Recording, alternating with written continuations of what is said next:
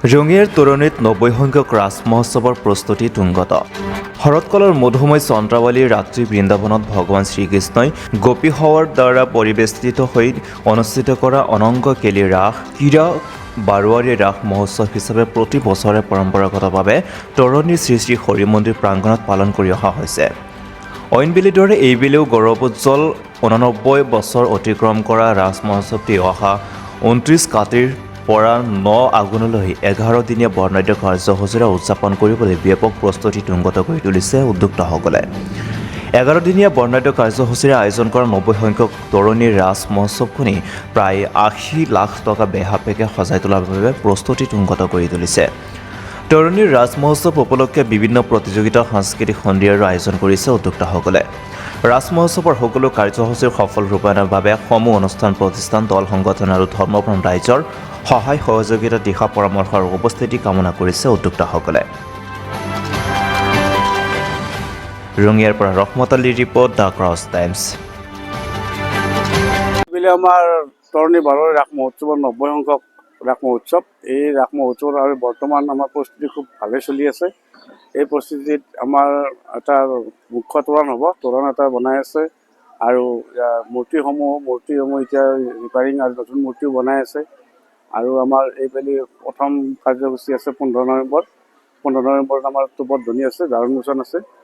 তাৰপিছত এনেকৈ আমাৰ 18 নৱেম্বৰত দিনাখন আধুনিক নৃত্য প্ৰতিযোগিতা আছে।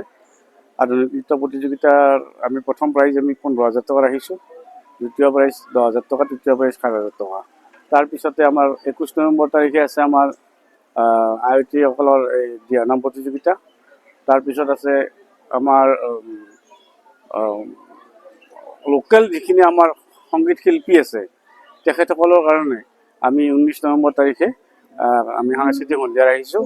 তাৰপিছতে আমাৰ 22-23ত আছে সূৰ্য থিয়েটাৰৰ নাট প্ৰদৰ্শন। তাৰপিছতে 24 তাৰিখ আছে মৰ্মিতা মিত্ৰ আৰু তৰালী শৰ্মাৰ সংগীত অনুষ্ঠান। 25 তাৰিখ আছে বলিউডৰ ছিংগাৰ আমাৰ পৱনদীপ ৰাজনক মাতা হৈছে। এই 25 তাৰিখে আমাৰ ৰাস সমাপ্ত হ'ব। আৰু ইতিমধ্যে আমাৰ কেলকাতাৰ পৰা লাইটৰ ডেকৰেশ্যনৰ কাৰণে পাৰ্টি আহিছে, লাইটবোৰ লগাই আছে। এইবুলি আমাৰ লাইটৰো খুব সুন্দৰভাৱে প্ৰদৰ্শন হ'ব।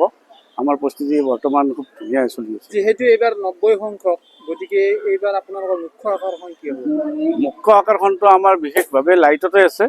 আৰু এইটো আমাৰ সাংস্কৃতিক সন্ধিয়াৰ যিহেতু বলিউডৰ শিল্পী এইবাৰ প্ৰথম মাতিছোঁ, এইটো এটা আমাৰ মুখ্য আকৰ্ষণতে পৰিব। গতিকে আৰু আমাৰ স্বচ্ছতাটো আমি সদায় আমি অভিযান চলাই আছোঁ আৰু স্বচ্ছতাটো আমাক লাগিব। ৰাসখন আমি সুন্দৰভাৱে স্বচ্ছতাত পৰিৱেশতে ৰাখিম আৰু সেইটোৰ কাৰণে আমি এটা বিশেষভাৱে আমাৰ সংগঠন এটা আমি গঠন কৰি দিছোঁ। লগতে আমি অসমবাসী ৰাইজক আমাৰ এই ৰাস মহোৎসৱত উপস্থিত হৈ আমাক দিহা পৰামৰ্শৰ লগতে সহায় সহযোগিতা আৰু উৎসাহ যোগাই যাব বুলি আমি এই আপোনালোকৰ চেনেলৰ যোগেদি আমি সকলোকে নিমন্ত্ৰণ জনালোঁ। আৰু আমাৰ ওচৰৰে চুবুৰীয়া ৰাষ্ট্ৰৰ ভূটানৰ পৰা আমি বহু সংখ্যক ভক্তপ্ৰাণ ৰাইজ আমাৰ ইয়াত ভক্তপ্ৰাণ ৰাইজ উপস্থিত হয়।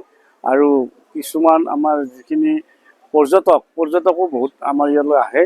সেয়েহে আমি আপোনালোকৰ চেনেলৰ জৰিয়তে আমি সমূহ ৰাইজক আমাক সহায় সহযোগিতা কৰিব বুলি আমি আহ্বান জনালোঁ।